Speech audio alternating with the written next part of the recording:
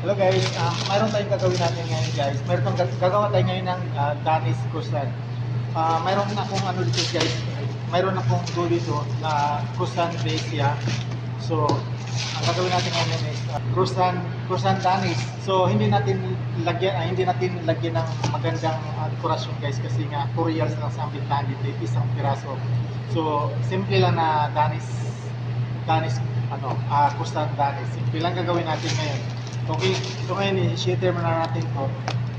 Ito na guys, siniter ko na siya. So ang gagawin natin ngayon guys, dalawang flavor siya guys. Yung croissant Danish, na lagyan natin ng raisin, tapos yung cream. So ito na yung isa guys, Danish. Ito yung Danish guys. Lagyan naman natin sa lemon cream guys. Ito. Danish to guys ha. So lagyan natin ng raisins guys. Mabinta to dito sa amin guys. Sugar, mabinta to dito.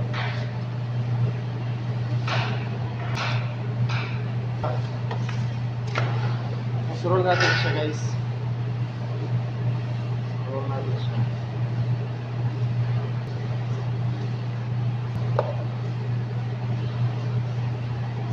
Ano din siya? Puputulin din natin siya. Kakat natin siya. Ha? Ha?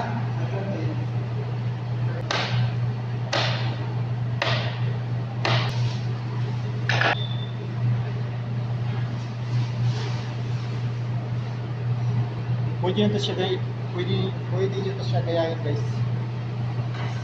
Masarap to siya guys.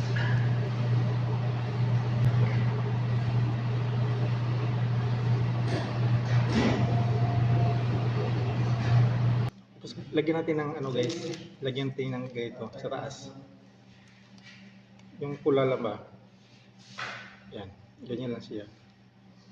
Hindi masyadong magarbo kasi ano siya mura lang siya, 2 reals lang siya. Yan.